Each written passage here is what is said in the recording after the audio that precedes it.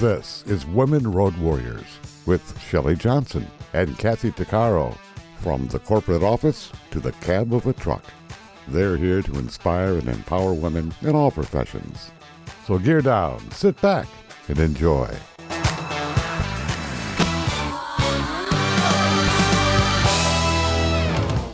Welcome. We're an award-winning show dedicated to empowering women in every profession through inspiring stories and expert insights. No topics off limits on our show. We power women on the road to success with expert and celebrity interviews and information you need. I'm Shelley, and Kathy's on assignment. Hunger is one of the most urgent challenges of our time. But today's guest believes it's not inevitable. In fact, she says hunger is a solvable problem.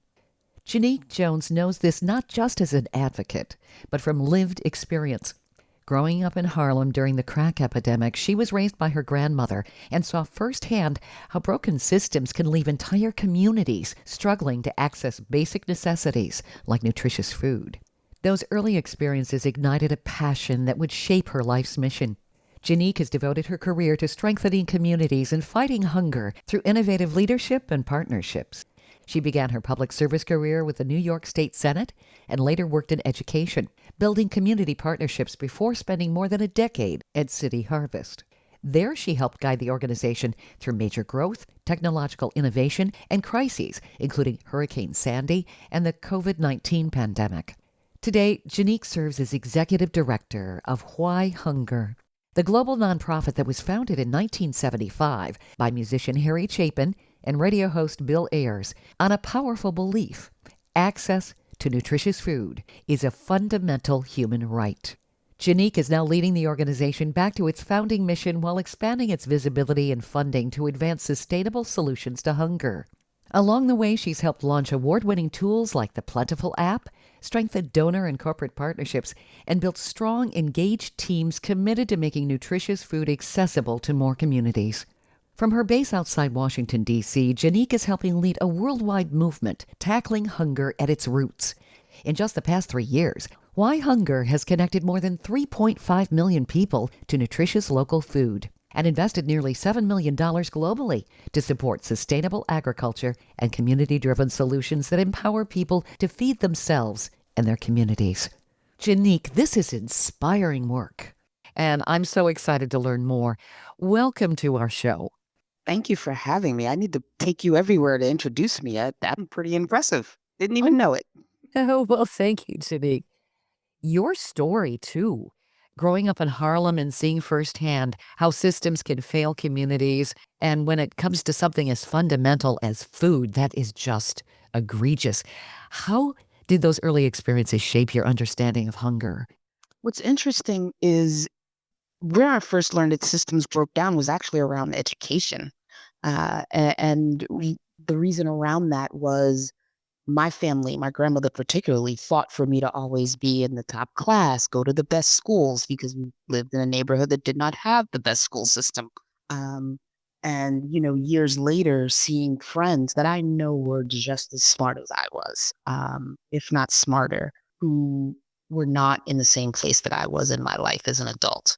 And really recognizing that it was the fact that, my grandmother knew how to kind of play the system or how to navigate it, and they had parents who did not. And just realizing that that's not the way that we want our world to be. Yeah.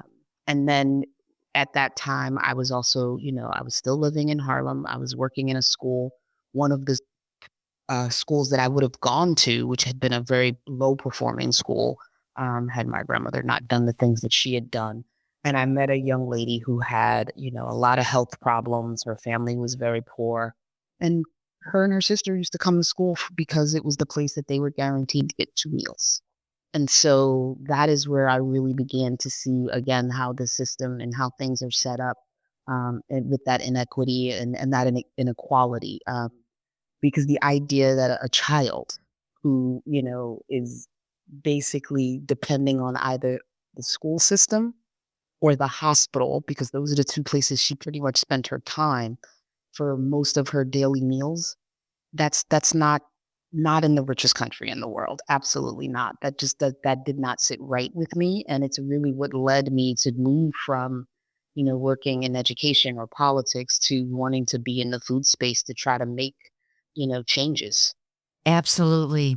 I think that we have seen in recent decades more and more children depending on the schools for their meals. Why is that happening? What I always say is that hunger it's a policy choice. There is enough food actually on this planet to feed every last person probably 2 or 3 times over. So, when I worked in the food bank, a large portion of the food we received was from farmers who basically they're incentivized in some instances to plow the food over, Yeah. not to sell it. Or maybe it's misshapen, or, they're not going to get top dollar and they would donate that food. And then the food banks would come and they would take it. But it just imagine if that food was just given out to folks, if that food was just made readily available, even without the kind of food banking system, because not everyone goes to a food pantry. Not everyone knows that food pantries even exist, or people are too proud to go to a food pantry, or they don't understand that they can go to a food pantry, or they're open. There's so many different reasons. But what if that food was made available to people? And so I just think that that's a policy we could change so that there wasn't that incentive to plow the food over. I think Mhm. that we could say that things like SNAP benefits were based on your income where you live, because what we know is that I think for a family of 3 in New York City, you have to make around $28,000 a year to qualify for SNAP. But a single person cannot live a sustainable life in New York City. So that's not even a family of 3. A single person cannot live a sustainable life and make less than, like, I think it's like $75,000 a year In New York City. in New York City. And Mhm. those numbers are just as they're lower, but they're some places in like Mississippi, that number is 45,000 in terms of sustainability. But again, the numbers for SNAP are still very low. So you have working people who are not able, who are struggling, who are making the choice between food and rent, medicine and food, all of those things. So just imagine if we said, okay, we're gonna tie SNAP to the cost of living as opposed to like the federal poverty, level. So Mhm. just those kind of things are what we could be doing to really make this a real impact on folks. Is it a fault of the bureaucracy, essentially? They haven't updated the numbers? Because when you think about it, what you're talking about, those numbers are just super low, and food's not cheap. I couldn't tell you. I don't know if I do know that, it's sometimes people, when you are not in those circumstances, you don't really understand it.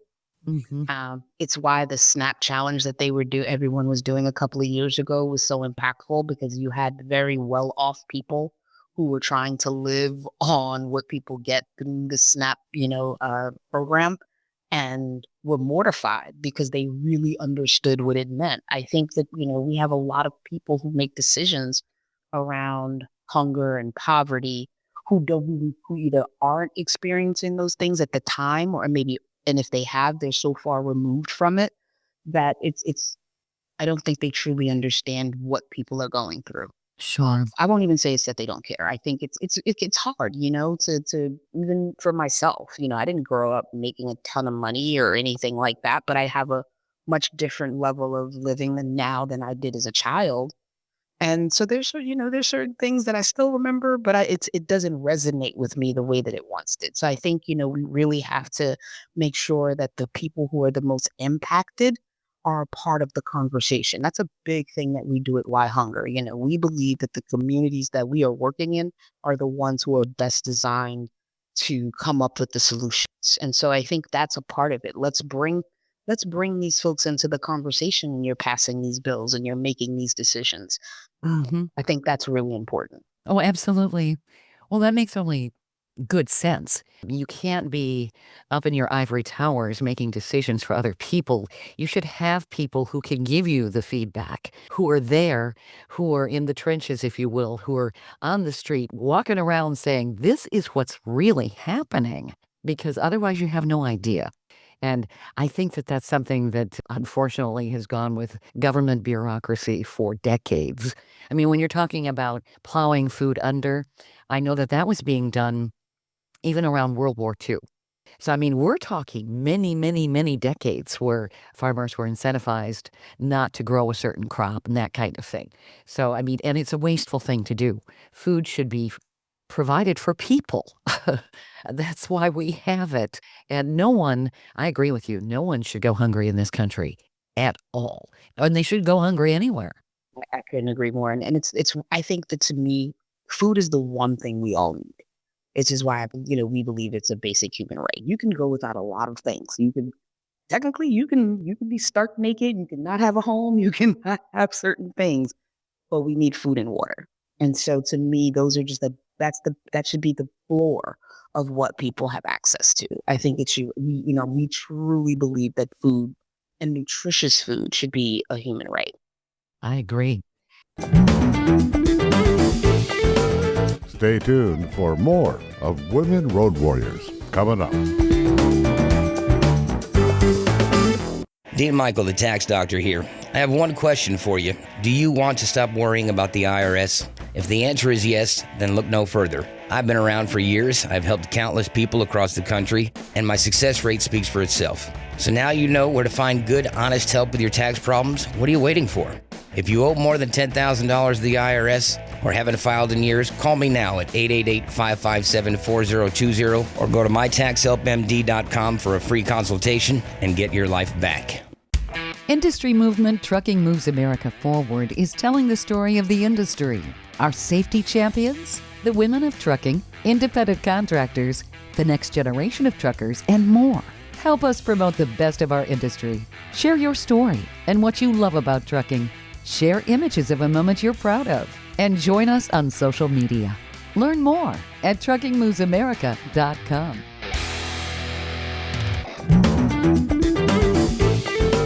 Welcome back to Women Road Warriors with Shelley Johnson and Kathy Tuccaro. If you're enjoying this informative episode of Women Road Warriors, I wanted to mention Kathy and I explore all kinds of topics that will power you on the road to success. We feature a lot of expert interviews. Plus, we feature celebrities and women who've been trailblazers. Please check out our podcast at womenroadwarriors.com and click on our episodes page. We're also available wherever you listen to podcasts, on all the major podcast channels like Spotify, Apple, YouTube, Amazon Music, Audible, you name it. Check us out and bookmark our podcast. Also, don't forget to follow us on social media. We're on Twitter, Facebook, Instagram, Pinterest, LinkedIn, YouTube, and other sites. And tell others about us. We want to help as many women as possible. Before the break, we introduced you to Jenique Jones, Executive Director of WhyHunger. She's leading a powerful global effort to tackle one of the most urgent challenges of our time, hunger. But here's what makes this conversation different. Jenique doesn't see hunger as inevitable. She sees it as solvable. From growing up in Harlem during the crack epidemic to now leading an organization that's connecting more than 3.5 million people to nutritious food in just the past 3 years, her journey is both deeply personal and incredibly impactful. Let's dive back in with Jenique and talk about what it really takes to address hunger at its roots and why access to nutritious food is a fundamental human right. Jenique? Now, your organization was originally founded by Harry Chapin and Bill Ayers. Could you give us a little brief history on that? Because I'm not sure everybody knows that. Yeah, so Bill, Father Bill is what we call him on this side of the world. But Bill and Harry, they became friends partially because, Bill was a radio DJ and Harry was a performer. And Harry would go around and tour, and he would see the hunger and kind of the ways in which people were struggling. And he was someone who believed, his motto was when in doubt, do something. And so, and then Bill, who had actually been a priest, and so he still held on to a lot of those beliefs about, being a good person and helping your fellow man. And the two of them, around a kitchen table, around Harry's kitchen table, started WhyHunger. And the idea was that there is enough food for everyone, and this is solvable. They called it WhyHunger Year at the time because they actually thought they were going to solve this thing in a year. And, 50 years later, here we are. But, Yeah. the ideas behind it are the same. And the great thing around, how we were really able to find our own success as an organization is Harry was coming off of the success of Cats in the Cradle, and so it really gave him both the financial ability, but also just the name recognition, and the platform to be able to speak about these issues and kind of put it out there in the forefront. And it's why we still work with so many musical artists today because they have a voice and they have a way of amplifying this work, that's really significant. But and we're still living by Harry's words of, when in doubt, do something, and trying to continue what I think is a really important legacy. I love that. Hunger is solvable, but how do we solve it? I think a lot of people don't know. And maybe some people say, well, it's going to happen. And that's the wrong attitude, too. I mean, the truth is there's no one way, right? I think that, we've really been leaning into agroecology and people going back to growing food and empowering like smaller farmers all over the world to be able to, do that work. And that can look a lot of different ways from, being able to provide for their own families to, in some cases, being able to provide for communities, being able to sell that food at a more reasonable price that people can afford. So both providing food for their families and then also making money because we also still live in a world where you have to buy things. Um, but I think that that's one avenue. But I also do think one of the things I'm really excited about is to move more into doing policy and advocacy. We used to do that years ago before I was at Why Hunger. But I think that having people like us at Why Hunger at some of those tables and being able to even bring some of our community members, as we were just talking about, to speak to these issues, I think could be really powerful. I think we should have our federal minimum wage has not gone up since 2009, I believe. I mean, it's 2026 and it's been 725 for all of those years. So, I mean, if you just think about if the minimum wage had kept up with the cost of living, we would be at like 20 some odd dollars an hour. That alone could be transformational for people. I think that if we, like I said, if we change some of the rules around who is and isn't eligible for SNAP and other benefits, that could be really impactful. Uh, but I think what we have to remember is hunger isn't actually the reason hunger exists is not just about the access to the food. It's about so many of these other systematic issues, right? It's you had a bad school system, so you don't get a good education, so you don't get a good job. It's all of those different societal issues that we have to kind of tackle. And now, granted, why hunger is not out there, changing the school system and doing all of those things. But we wanna always connect that for people that, yes, it's food access and it's, money, but it's all of these other issues that underlie it as well. Well, certainly when you're living in an area where you can't grow food, I mean, obviously, many, many decades ago, we were more of an agrarian society. We were farmers, a lot of us, unless we lived in major cities. If you're in a major city, you need money to get food. Exactly. You can't just go in and say, give me something. I mean, people expect money for the food. Yeah. And then in a lot of cases, you've got what they call food deserts, where maybe they're not able to get the kind of food they need, nutritious food. And I think that even people who may be making what would be considered a decent living, food is where they cut. Uh, Yes. and unfortunately, children suffer because they end up, a lot of the food that's cheaper is not nutritious. And you have to have nutritious food. Whether you're a child or an adult, for us to function, you need good food. Yeah, I think you're absolutely right. Food is your most elastic budget. You have to keep the lights on, you have to keep the heat on, you need gas to get to work, but food is the most elastic budget. And it's one of the reasons why I used to run a nutrition education program at the food bank where I worked, and I really made people focus on because the idea was always you just got to teach people how to eat healthy. And I said, no, people know how to eat healthy. It's about money. The healthier the food, typically, the more expensive. But also, Yeah. and you can bear this out, if you go to a supermarket in a wealthier neighborhood, the food is often a bit cheaper and it's better quality.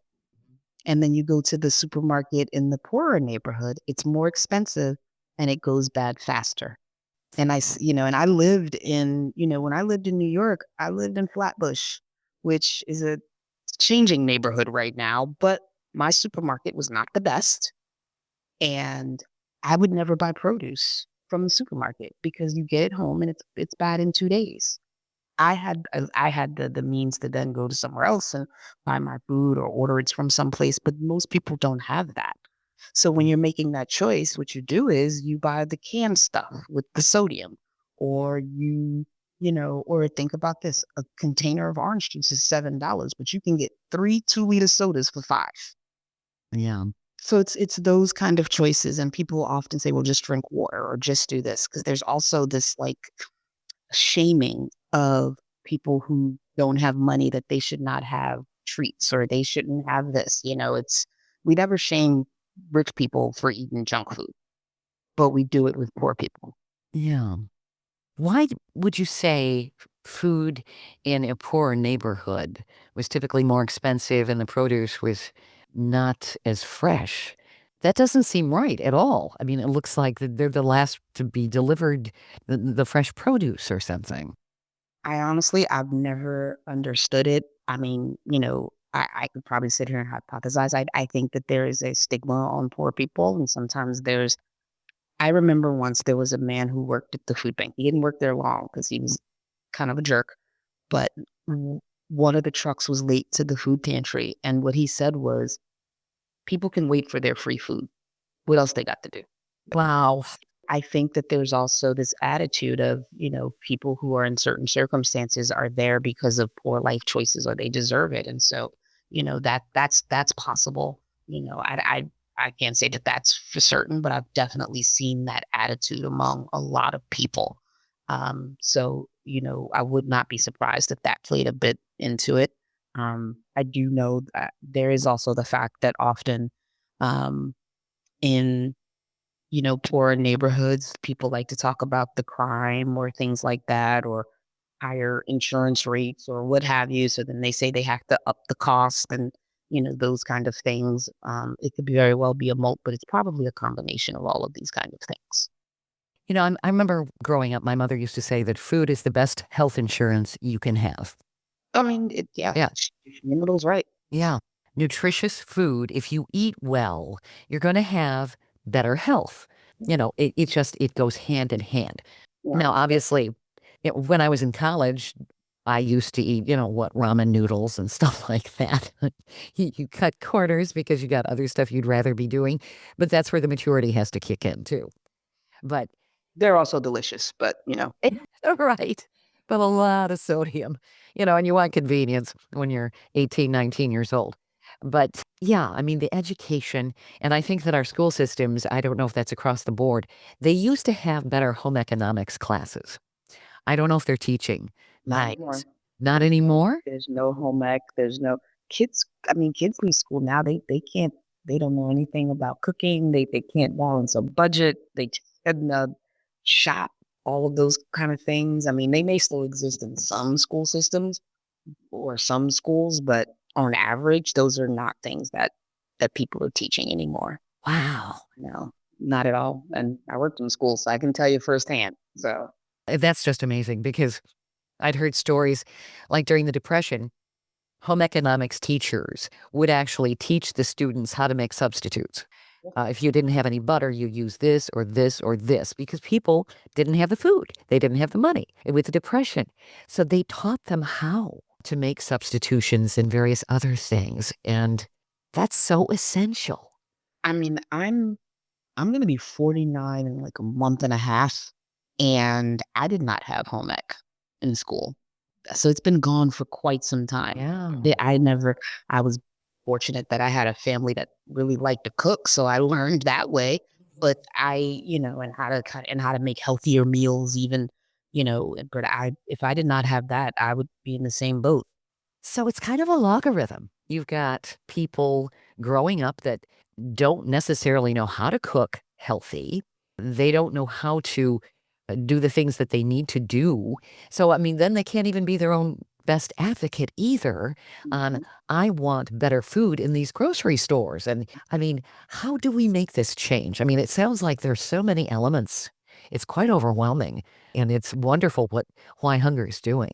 I mean, I think it's, until we can have large kind of policy shifts, I think it's really taking the work of the Why Hungers and the other organizations that are out there that are doing these things and trying to tackle it little by little. What I'm really encouraged to see is that there's now a lot of organizations that are, yes, we might compete for fundraising dollars and things like that, but that, we're all willing to join together in common cause. When I worked at the food bank, we were part of a coalition of a bunch of folks in New York City that advocated together and tried to really make changes to that system. And now that I'm at Why Hunger, I'm part of another coalition that's made up of different organizations like Feeding America and Share Our Strength, and that's called Nourishing Neighbors. There's a few other organizations in there as well. And again, we might all be after the same fundraising dollars, but we come together multiple times a year to talk about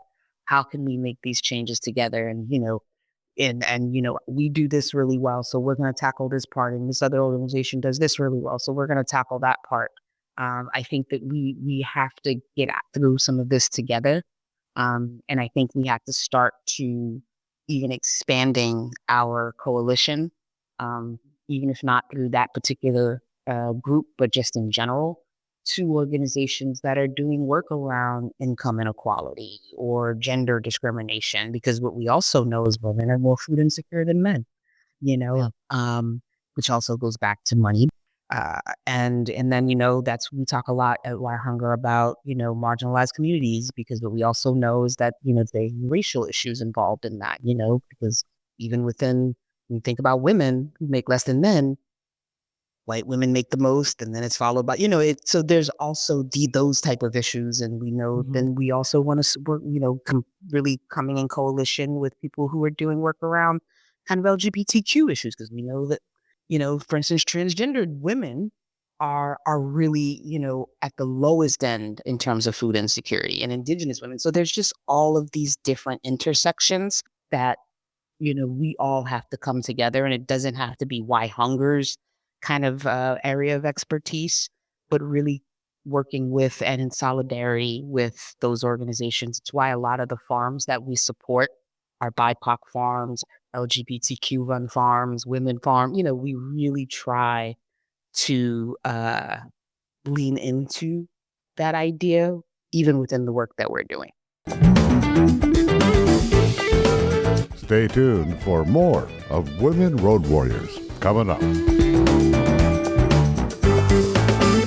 Dean Michael, the tax doctor here. I have one question for you. Do you want to stop worrying about the IRS? If the answer is yes, then look no further. I've been around for years. I've helped countless people across the country, and my success rate speaks for itself. So now you know where to find good, honest help with your tax problems. What are you waiting for?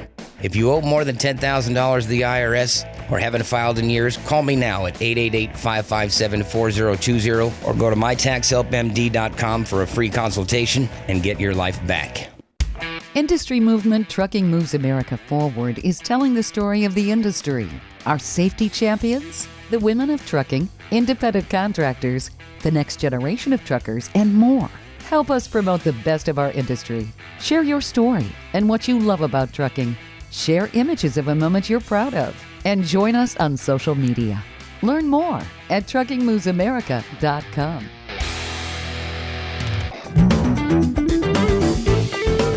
Welcome back to Women Road Warriors with Shelley Johnson and Kathy Tuccaro.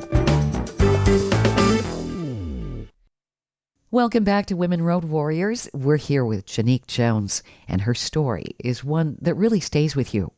She grew up in Harlem, raised by her grandmother during a time when entire communities were being left behind, and she saw firsthand what happens when systems fail people. That lived experience didn't just shape her perspective, it became her purpose. today is Executive Director of WhyHunger. She's helping lead a global movement focused not on just feeding people today, but creating sustainable solutions so communities can feed themselves for generations to come. Let's get back into this important conversation. Jenique, you've certainly gotten a lot of national attention. Mother Jones, Worth, and Food with Mark Bittman. You bring together all kinds of people, artists and activists and advocates to fight food insecurity. Last year, you celebrated your 50th anniversary with the Chapin Awards Gala, and you honored Grammy Award-winning artists and lifelong activists Pat Benatar and Neil Girardo. You've got a gala coming up this year, too. Could you tell us a little bit about this? I mean, because you've been able to raise some tremendous amounts of money. Your 40th annual Hungerthon, what was it? You just raised 1.3, almost $1.4 million. And that involved what? Bruce Springsteen and Chef Marcus Samuelsson and many other people. I mean, you're doing some tremendous things to get the word out and to create the solidarity, too. Well, I mean, a lot of that is Harry's legacy. For those who might not know, We Are the World, that concept came to folks, was inspired by Harry. He wasn't here with us anymore, but, Bill Cragen and how Harry Belafonte have talked about that. So I think that there are a lot of artists who really respect Harry Chapin and respect that legacy of, musician as activists. And so they are, excited to be a part of this work. And I think that people are really excited to be a part of Harry's legacy, and when Bruce Springsteen, when he showed up to, I was about to say Bruce, like he's my cousin.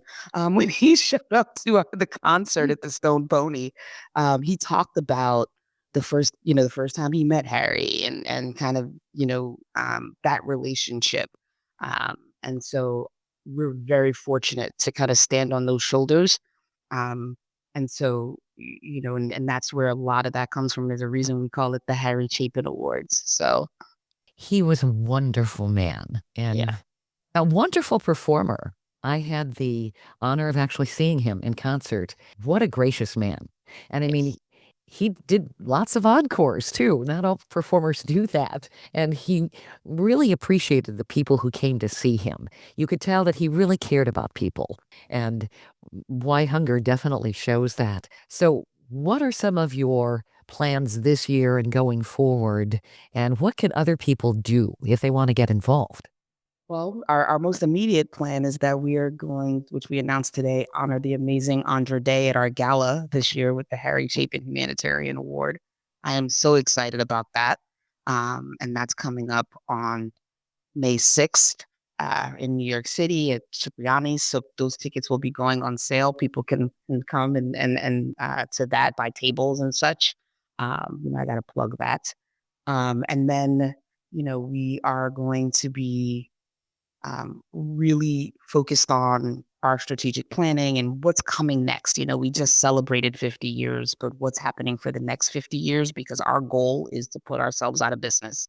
I actually would love to not be doing this anymore. So that's our plan, is what do we need to do to actually end hunger? That's why we say we're here.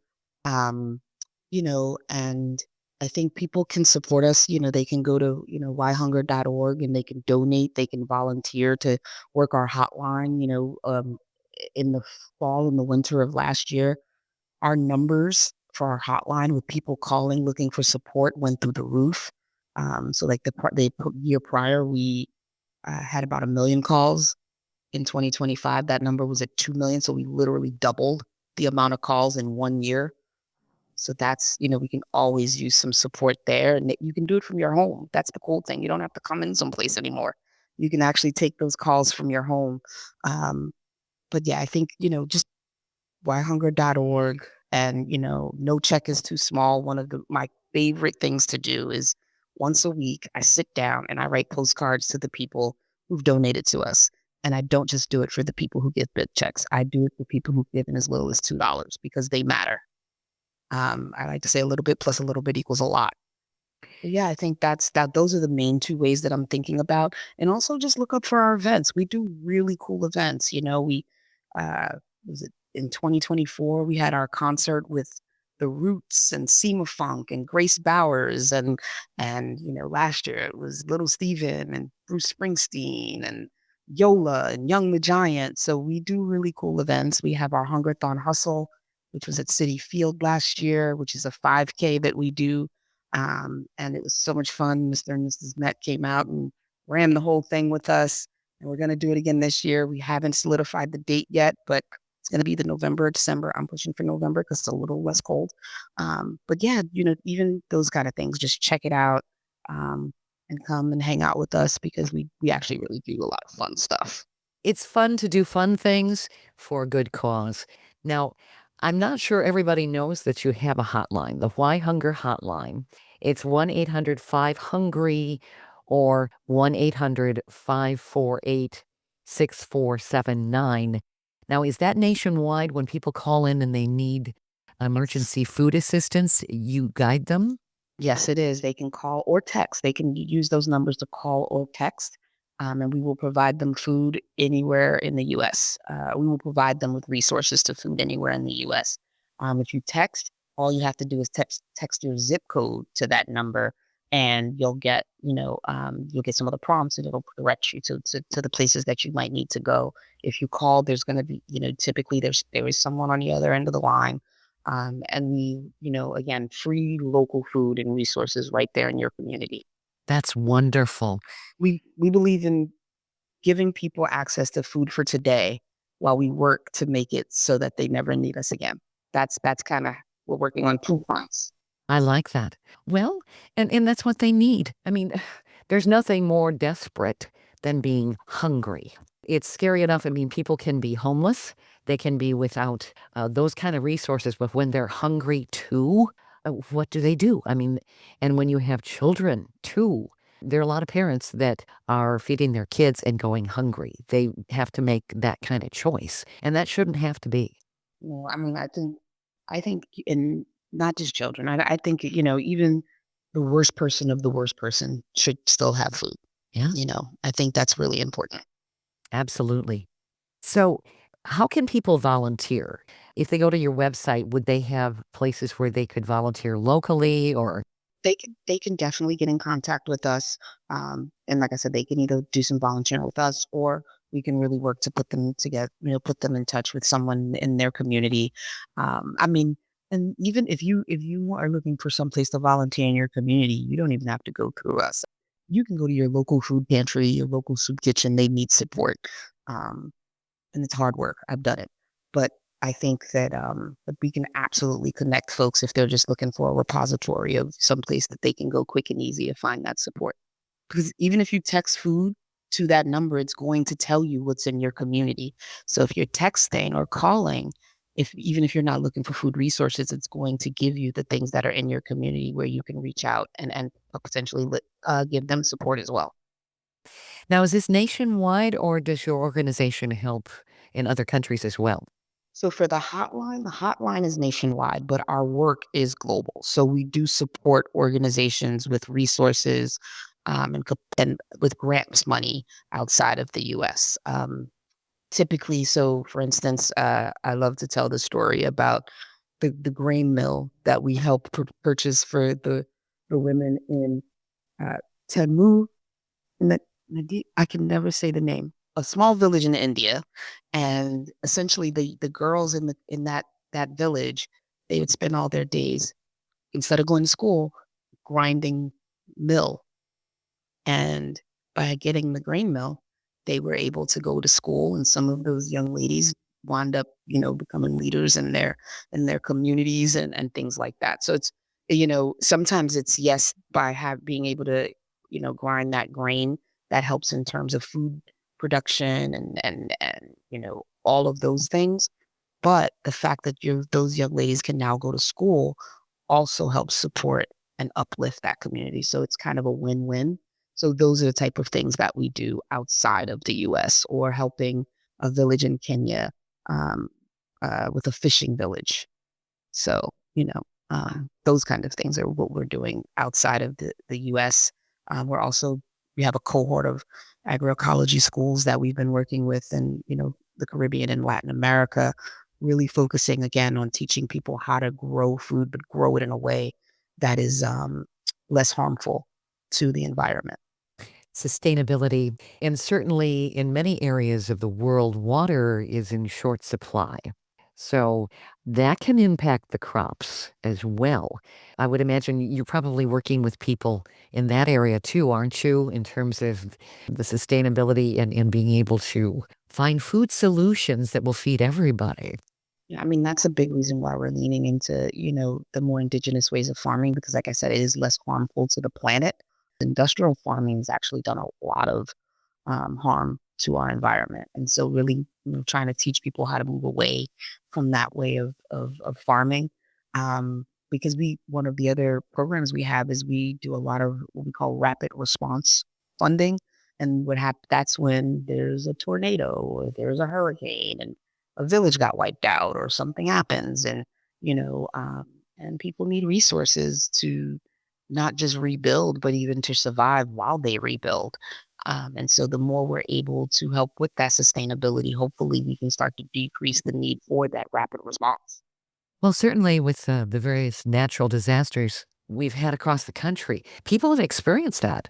You know, when you can't get supplies in and there's no way to access food and there's no electric, you've got lots of food spoilage. People are dealing with how the heck am I going to eat here? Food insufficiency can happen to anybody at any time in their life. Yeah. I mean, we saw that in COVID. We saw that during the pandemic where, there were so many people who suddenly needed, to rely on emergency food and were wondering where their next meal was coming from. So you would see BMWs on a line at a food pantry. Most people, there's a saying, most people are closer to being homeless or food insecure than they are to being a billionaire. And so, or even a millionaire. So, we're all a few paychecks away. And so I think it's really important that, we all recognize that as well. It takes a village and no judgment. There should be no judgment whatsoever. If somebody is hungry, they need help. They don't need to be judged in any way or shamed. Yes. Yes, I agree. And, we do sometimes judge people for asking for help on multiple fronts. And I think that, we have to get beyond that. Well, when you judge them, they're not going to ask for help either. Exactly. And then it just keeps that problem going. I mean, it doesn't solve anything. Unfortunately, human beings have a tendency to like to judge, and that's not a good thing. What would you say? I know that there's not an easy answer, but what would you say are maybe the real roots of hunger? Obviously, in this country, I can't imagine, and I think a lot of people can't, that there's any hunger to begin with. We are a land of plenty, and it should be across the board. Is there something that people could take away so that they know maybe how they can change this? Are there some real roots here that they can really dig into and say, this is how we're going to make a change? I mean, I think one of the first things we have to is a lot of the income inequality. I mentioned the fact that the minimum wage hasn't changed. You know, um, we have people working in very low income jobs sometimes, and a lot of those jobs are like some of the most important. Think about how much money like home health aides make. We leave some of our most vulnerable with these folks, and then we pay them nothing. Um, and so I think we really have to look at just income inequality and thinking about, you know, uh, uh, if not a living wage essentially for people. I think that is a great place to start. Well, certainly your organization is trying to cover every base possible. And I think everyone needs to know about you. It's Why Hunger, whyhunger.org. People can donate, they can volunteer. Where do you have your biggest need right now? Um, Money. Yeah. That's always, the thing. Because what we're also seeing is with a lot of the things that are happening in the world, we're seeing an increased need at a lot of the folks that we're supporting. And so they're contacting us saying, we need a little bit more. Can you help us a little bit more? And we often have to say no. So I think that's really what where, just that ability to help support is important. And sometimes that's not a lot of money. It's just someone needs $1,000 because they need to buy a new tractor if it's one of the places we support in terms of farming, or, if it's one of the pantries we support, they might need, so I think that's a big thing. And then there's also the fact that, there's a lot of governmental support that's being cut. And so people need, they're turning to the WhyHungers of the world a lot more. And it's a good thing you're out there. So they have the resources. So whyhunger.org, you have the background of who you are, what you do, get involved, donate, find food. What are some of your upcoming events that people could also check out? Like I said, the one that's coming up the soonest is our gala. It's going to be in New York City at Cipriani's in Wall Street area. We're going to be honoring Andra Day. We're finalizing some other honorees, so people should also stay tuned for that. That's going to be a really exciting night. It always is. You never know what's going to happen. We've had days where some of our honorees wound up dancing barefoot on tables, and Very cool. there's impromptu jam sessions. So it's a good place to be. Like I said, we also will have our Hungerthon hustle in the fall, and we're also finalizing some details for our concert this year. So more to stay tuned. There is always more to come. And last year we did an amazing partnership with the Guyanese rapper St. John. It was a merch partnership, but we did a dinner, a Asian Guyanese dinner. He launched the merchandise. It was a wonderful night. We're looking to do some more of those with more artists, and it'll be more intimate. Like that was like 50 or 60 people. So it's not a big, like concert kind of thing. So we have 2 artists that we're trying to finalize that with. So again, I think if people just sign up, subscribe to the newsletter, we'll keep you informed, because these are the kind of cool things that we do. Love it. Love what you're doing. And thank you, Jenique, for being involved with this organization. You have a true passion for it. And I love how you're carrying on the legacy that was started over 50 years ago. And wouldn't it be nice if you could say, we're going to stop hunger and we want to basically work ourselves out of a job? Because hunger should not exist at all. Thank God for people like you and your organization. Thank you so much. And I really appreciate it. And yes, people, send me into retirement. That is what I want. There you go. Thank you, Jenique. This has been a wonderful conversation. Thank you. We hope you've enjoyed this latest episode. And if you want to hear more episodes of Women Road Warriors or learn more about our show, be sure to check out womenroadwarriors.com. And please follow us on social media. And don't forget to subscribe to our podcast. On our website, we also have a selection of podcasts just for women. There are a series of podcasts from different podcasters. So if you're in the mood for women's podcasts, just click the Power Network tab on womenroadwarriors.com. You'll have a variety of shows to listen to anytime you want to. Podcasts made for women. Women Road Warriors is on all the major podcast channels like Apple, Spotify, Amazon, Audible, YouTube, and others. Check us out. And please follow us wherever you listen to podcasts. Thanks for listening. You've been listening to Women Road Warriors with Shelley Johnson and Kathy Tuccaro. If you want to be a guest on the show or have a topic or feedback, email us at sjohnson@womenroadwarriors.com.